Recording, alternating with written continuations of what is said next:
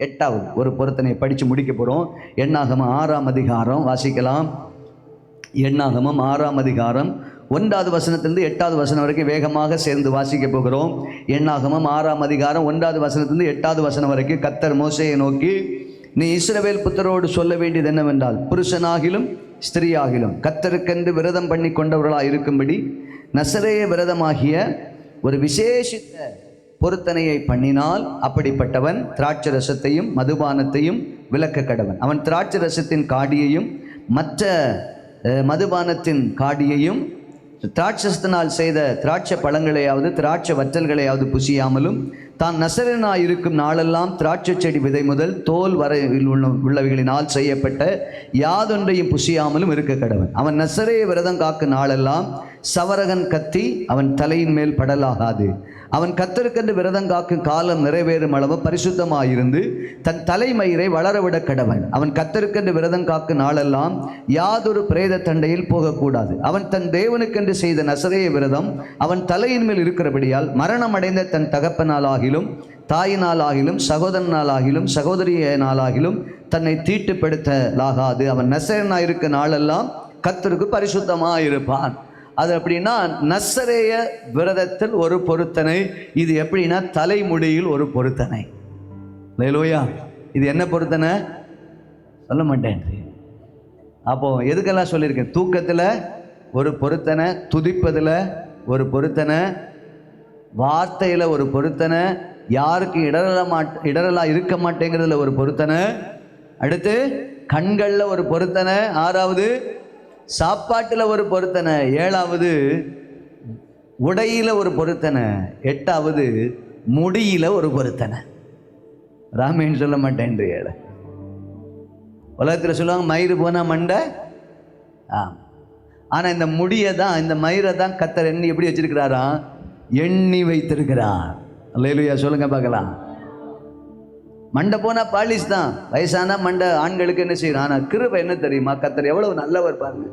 ஆண்களுக்கு மொட்டையாகுது, பெண்களுக்கு என்னையாவது மொட்டையாகுதா? ஆகாது. எவ்வளவு நல்லவர் பாருங்க. ஏன் முடியல எப்படி வித்தியாசம் காட்டியிருக்காரு பாருங்க. நமக்கெல்லாம் 50 வயசாக இங்கெல்லாம் போயிட்டு, ஆமாம் முடிஞ்சுது. இன்னும் 5 வருஷம் என் மகளோட கல்யாணம் வரைக்கும் இருந்தால் போதும்னு தோணுது. லேலூயா. அதனால் கொஞ்சம் இழுத்து பறக்கி வைக்க வேண்டியது இருக்குது. சிலரெல்லாம் ஃப்ரீயாக விட்டுருக்குதியா.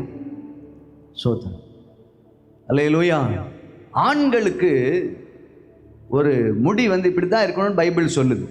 பெண்களுக்கு முடி இப்படி தான் இருக்கணும்னு பைபிள் சொல்லுது. முடியில் ஒரு பிரத்தனை இருக்கணும். விசுவாசி ஒரு தேவனுடைய பிள்ளைக்கு முடியில் ஒரு பிரதிஷ்டை இருக்கணும். ஸ்தோத்திரம். முடி வெட்டுறதுலையும் ஒரு பிரதிஷ்டை இருக்கணும். முடி வளர்க்குறதுலையும் ஒரு பிரதிஷ்டை இருக்கு. அதுதான் நசரேய விரதம். அல்லேலூயா. நசரேயன் என்ன செய்யக்கூடாதுன்னா முடி வெட்டக்கூடாது. அவன் என்ன செய்யக்கூடாது? சவரகன் கத்தி அவன் தலையில் என்ன செய்யக்கூடாது? படக்கூடாது. அவன் மதுபானம் குடிக்கவே கூடாது. அவன் செத்த பிரேத தண்டையில் போகக்கூடாது. நசரேயன் இந்த வேலையை செய்யக்கூடாது. அதனால்தான் சிம்சோனை குறித்து நமக்கு தெரியும். அவன் பிறப்பிலேயே நசரேய விரதத்தை ஆண்டவர் அவனுக்கு சொன்னார். அதனால்தான் அவனுடைய தலையில் முடி கத்தி படலை. கத்தி பட்டுச்சு, பொருத்தனை முடிஞ்சுது, அன்னையோட மேட்ரு அவனுக்கு முடிஞ்சிச்சு. பக்கத்தில் சொல்லுங்க, பொருத்தனையை மீறினா மேட்ரு முடிஞ்சுது. ஆமாம். அல்லேலூயா. அந்த முடி வெட்டுறதுலேயும் ஒரு பொருத்தனை. விசுவாசி இப்படித்தான் முடி வெட்டணும். இன்னைக்கு இருக்கிற முடி வெட்டு இருக்கு, ஐயோ. நீங்க பார்த்தீங்கன்னா பிள்ளைங்களை, அன்னைக்கு ஒரு தம்பியை பார்க்குறேன், அவன் நீளமாக முடி வளர்த்திருக்கிறான். இப்படிங்கிறான், அப்படி போகுது. டே மக்கா எப்படா இப்படி முடி வளர்த்திருக்கு அப்படின்னு கேட்டு அவன் சொல்றான், சித்தப்பா டானிக் குடிச்சேன் சித்தப்பா. அதுக்கெல்லாம் இப்போ டானிக் இருக்கு, டேப்லெட் இருக்கு. எதுக்கு? ஆண்கள் முடி வளர்த்துறதுக்கு. முடி வளர்றதுக்கு என்ன இருக்கு? டானிக் இருக்கு, டேப்லெட் இருக்கு. அதெல்லாம் சாப்பிட்டு பசங்க எல்லாம் வளர்க்குறான். இந்த முடிக்குன்னே வளர்க்குறதுக்குன்னே. ஏன்னா இப்போ ஷோகேஸில் விடுற மாதிரி ஷோரூம்ஸ்ல எல்லாம் அந்த மாதிரி முடி வளர்க்கிறவன தான் என்ன செய்கிறாங்க? பார்த்தது இல்லையோ? விடுறாங்க. அதனால அவங்க அப்படி ஃபேஷனாக வளர்க்குறாங்க. அப்படி வளர்த்தா கூட பரவாயில்ல. சிலவன் சட்டியை கவுத்து வச்ச மாதிரி சென்டரில் இருக்கிற நடுக்கு ஓரத்தில் இருக்கிறதெல்லாம் வலிச்சிடுவான். நடுவில் மட்டும் இந்த சட்டி கவுத்து வச்சுருப்பாங்க. இந்த சாந்து சட்டி இருக்குது பார்த்தீங்களா, அது மாதிரி கவுத்து வச்சுருப்பான். இங்கே சைடெல்லாம் சிரைச்சிருப்பான்.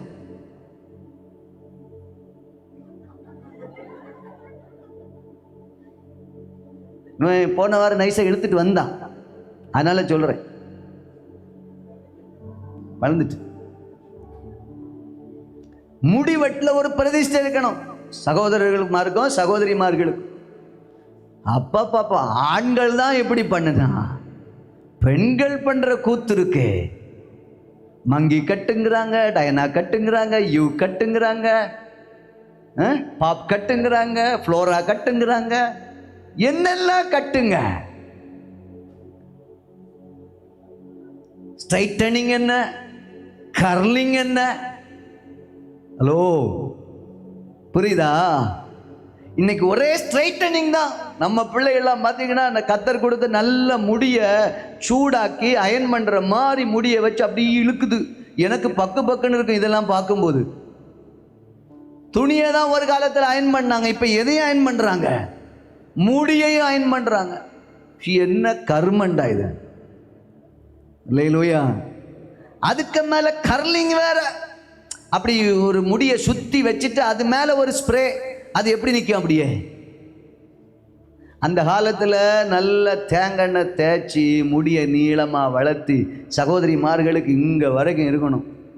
இப்போ நம்ம ஆட்கள்லாம் இந்திரா காந்தி மாதிரி கட் பண்ணணும்னு நினைக்கிறாங்க. எப்படி? யார மாதிரி? வயசானாலும் விட மாட்டேங்குது. வாலிப பிள்ளை எல்லாம் ஒரு காலம் முடி இருந்தாதான் பெண்களுக்கு மகிமையாவே இருந்துச்சு. இப்ப பிள்ளைகள்லாம் கேட்குது, இப்படி கட் பண்ணிட்ட பிரச்சனை இல்லை, சீவன்டாம் பறக்கண்டா இப்படி ஆட்டிட்டு தெரியுறான்.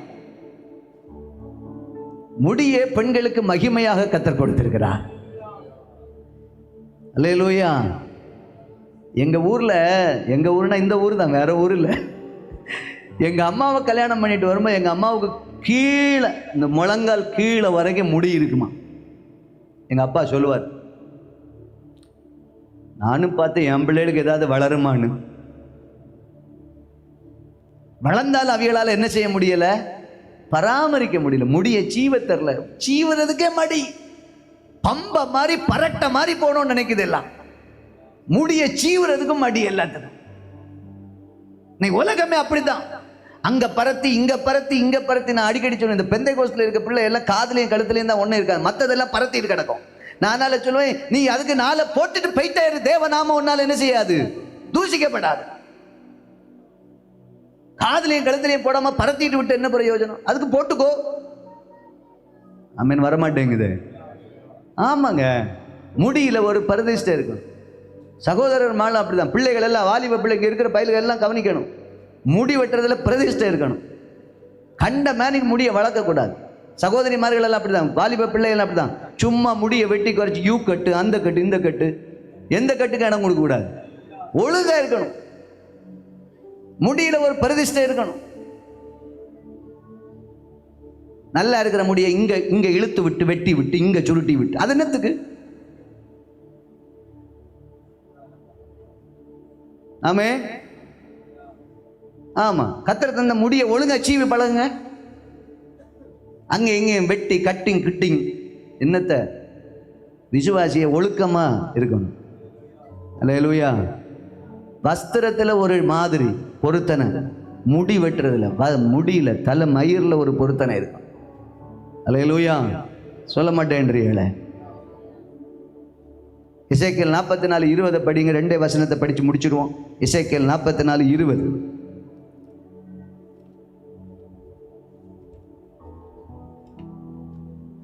அவர்கள் தங்கள் தலைகளை சிரையாமலும் தங்கள் மயிரை நீளமாய் வளர்க்காமலும் தங்கள் தலைமயிரை கத்தரிக்க கடவர்கள்.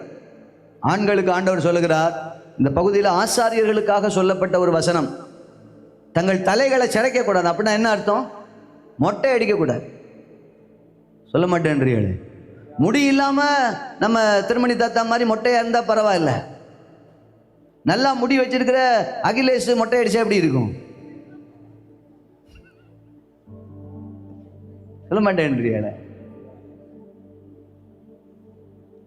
முடிய சிரைக்கவே கூடாது. அல்லேலூயா. நம்ம ஆட்கள் இங்க எல்லாம் மொட்டையாக்கிடுவான். பார்த்தீங்களா? பின்னாடி கொஞ்சம் மொட்டையாக்கிடுவான், சைடெல்லாம் மொட்டையாக்கிடுவான், நடுவில் மட்டும்தான் இருக்கான் அவனுக்கு. பைபிள் சொல்லுது சிரைக்கவே கூடாதான்.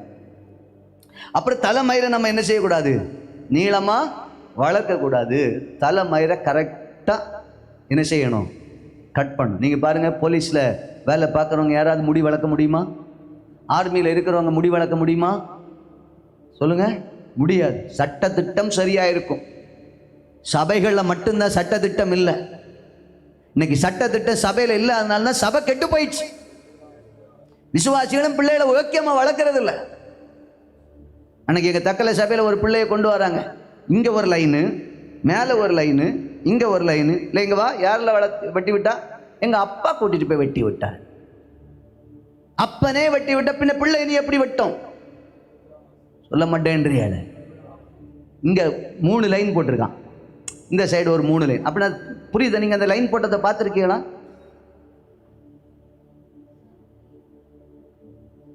பார்க்கலைன்னா பாருங்க, உலகத்தில் கொஞ்சம் பாருங்க என்ன நடக்குதுன்னு பாருங்க. அல்லேலூயா.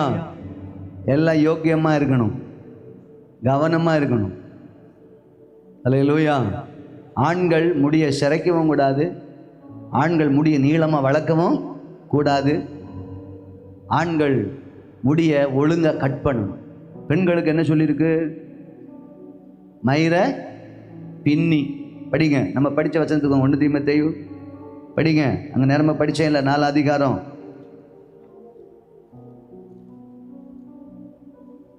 எடுக்கலையானோ? ஸ்திரீகளும் மயிரை பின்னுதலினாலாவது, பொன்னினாலாவது, விலை முத்துக்களினால் விலையேறப்பட்ட வஸ்திரத்தினால் தங்களை அலங்கரிக்க விட. முடியை பின்னியே நேரத்தை போடும். சில ஆளெல்லாம் பார்த்தீங்கன்னா, இந்த லேடிஸு பார்த்தீங்கன்னா சில நேரங்களில் வெளியே எங்கேயா போனா 1/2 மணி நேரம் ஆனாலும் கண்ணாடியை விட்டு வெளியே வரமாட்டாங்க. எவ்வளோ நேரம்? 1/2 மணி நேரம் ஆனாலும் ரூமை விட்டு வெளியே வராது. என்ன பண்ணுவாங்களோ தெரியாது. எனக்கு தெரிஞ்ச ஒரு பிள்ளை இருக்கிறா, காலேஜ் ஸ்கூல்லேருந்து வந்த உடனே கண்ணாடிக்கு முன்னாடி போய் நிச்சயம் ஆரம்பிச்சிடும். 1/2 மணிக்கு நம்ம போய் உட்காந்து பார்த்தோம். எனக்கு பிள்ளை இல்லை, கொன்று விடுவேன் அப்படியெல்லாம் இருந்தா. எனக்கு பிள்ளைகள் அப்படின்னா தொலைச்சு போடுவேன். 1/2 மணி நேரம் கண்ணாடிக்கு முன்னாடி நிக்குது. உங்களுக்கு சொல்றேன், ரொம்ப முடியை போட்டு குழப்பிடாதே. கர்த்தர் தந்த முடி நமக்கு மகிமையாக இருக்கிறது. அல்லேலூயா. 1 கொரிந்தியர் 11, 14, 15 படிச்சீங்கன்னா, ஸ்திரீகள் கர்த்தர் கொடுத்திருக்கிற அந்த முடி உங்களுக்கு மகிமையாக கொடுக்கப்பட்டிருக்கிறது. இந்த ஒரு வசனத்தை கூட படிங்க. 1 கொரிந்தியர் 11, 14, 15 வசனத்தை படிப்போம். புருஷன் மயிரை நீளமாய் வளர்க்கிறது அவனுக்கு கனவீனமாய் இருக்கிறது என்றும், ஸ்திரீ தன் மயிரை நீளமாய் வளர்க்கிறது அவளுக்கு மகிமையாக இருக்கிறது என்றும் சுபாவமே உங்களுக்கு போதிக்கிறது இல்லையா? தலை மயிர் அவளுக்கு முக்காடாக கொடுக்கப்பட்டு. புருஷன் மயிரை நீளமாக வளர்க்கிறது அவனுக்கு கனவீனம், அதெல்லாம் கரெக்டான அளவுக்கு வெட்டுங்க. ஸ்திரீகள் முடியை வெட்டாதிய, முடி வளரட்டும். அல்லேலூயா. அது அவங்களுக்கு மகிமை. ஏதோ தலையில் சிக்கு சரங்கு பேன் ஏதாவது இருந்தால் மொட்டை அடிங்க, பிரச்சனை இல்லை. அப்போ எங்களுக்கு தெரியும் உங்களுக்கு என்ன பிரச்சனை. சொல்ல மாட்டேன், சிக்கு சரங்கு பிரச்சனை, அதனால் இந்த பார்ட்டி என்ன செய்திருக்கு? முடிய மொட்டை அடிச்சிருக்கு. சூப்பர் சூப்பர், அது நாங்கள் ஏற்றுக்குவோம். சிக்கு சரங்கு இல்லாதவிய முடியை என்ன செய்யணும்? ஒழுங்காக வளர்க்கணும். சகோதரன்மார், முடிய அளவோடு என்ன செய்யணும்? இல்லையா மக்கா? எல்லாம் கட் பண்ணணும். சரியா? ஸ்தோத்திரம். கர்த்தர் ஆசீர்வதிப்பா. அப்போ முடி வளர்க்குறதுலேயும் ஒரு பிரதிஷ்டை. ஜெபம் பண்ணுவோமா? எழும்பி நிற்போம். கர்த்தர் உங்களை ஆசீர்வதிப்பா.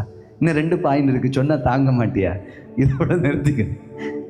நான் ஆரம்பிக்கும் போதே சொன்னேன் இல்லை, இந்த வாரம் கொஞ்சம், இந்த மாதம் கொஞ்சம் அப்படி தான் போவோன்னு சொல்லி நான் பிரசங்கத்தை எடுத்து வச்சுட்டு தானே பிரசங்கம் பண்ணேன். ஸ்தோத்திரம். அல்லேலூயா. கொஞ்சம் கடினமாக இருந்தாலும் இது உங்களுக்கு ஆசீர்வாதமான வார்த்தைகள், நம்முடைய வாழ்க்கைக்கு தேவையான வார்த்தைகள். ஹல்லேலூயா. ஒரு பொருத்தனை ஆண்டவர்கிட்ட தேவை. 8 காரியங்களை இந்த மாதம் ஆண்டவர் நமக்கு கற்றுக் கொடுத்திருக்கிறார். இந்த காரியத்தில் எல்லாம் நமக்கு நிச்சயமான ஒரு பொருத்தனை வேணும். அந்த பொருத்தனை இல்லைன்னா நம்ம நித்தியத்துக்கு போக முடியாது. இந்த காலையில் ஆண்டவர் உங்களுக்கு கற்றுக் கொடுத்திருக்கிறார். ஹல்லேலூயா. ஸ்தோத்திரம் ஸ்தோத்திரம் ஸ்தோத்திரம். கரங்களை உயர்த்தி ஆண்டவர்கிட்ட சொல்லுங்க, ஆண்டவரே நான் கேட்ட வார்த்தைகளின்படி ஜீவிக்க எனக்கு உதவி செய்யும் ஆண்டவரேன்னு சொல்லுங்க. எத்தனை பேர் அர்ப்பணிக்கிறீங்க? எத்தனை பேர் ஒப்பு கொடுக்குறீங்க? இந்த காலவெளியில் ஆண்டவரனோடு கூட பேசி இருக்கிறார். இந்த வார்த்தைகள் மூலமாய் கர்த்தர் என்னோடு இந்த மாதம் முழுவதும் இடைப்பட்டார். எத்தனை பேர் சொல்ல முடியும்? நான் என் தூக்கத்தில் ஒரு பொருத்தனை செய்ய விரும்புகிறேன். ஆண்டவரை துதிக்கிறதுல, ஜெபிக்கிறதுல ஒரு பொருத்தனை, என் வார்த்தையில ஒரு பொருத்தனை, யாருக்கு இடரெல்லாம் இருக்க மாட்டேங்கிறதுல ஒரு பொருத்தனை, என் கண்ணில் ஒரு பொருத்தனை, என் சாப்பாட்டில் ஒரு பொருத்தனை, ஆமேன், என் வஸ்திரத்தில் ஒரு பொருத்தனை, ஆமேன், ஸ்தோத்திரம், என் தலை மயிரில் ஒரு பொருத்தனை. 8 காரியத்தையும் ஆண்டவர் உங்களோடு பேசியிருக்கிறேன். இது உங்கள் அன்றாட வாழ்க்கைக்கு தேவையான ஒரு விஷயம். ஆண்டவர் உங்களோட பேசி இந்த ஆண்டவர்கிட்ட ஒப்பு கொடுங்க. ஹல்லேலூயா, thank you Jesus, hallelujah, oh hallelujah. எனக்காக வாழாமல் உமக்காக வாழ்ந்திட, எனக்காக வாழாமல் உமக்காக வாழ்ந்திட, உருவாக்குமே என்னை, உருவாக்குமே, உருவாக்குமே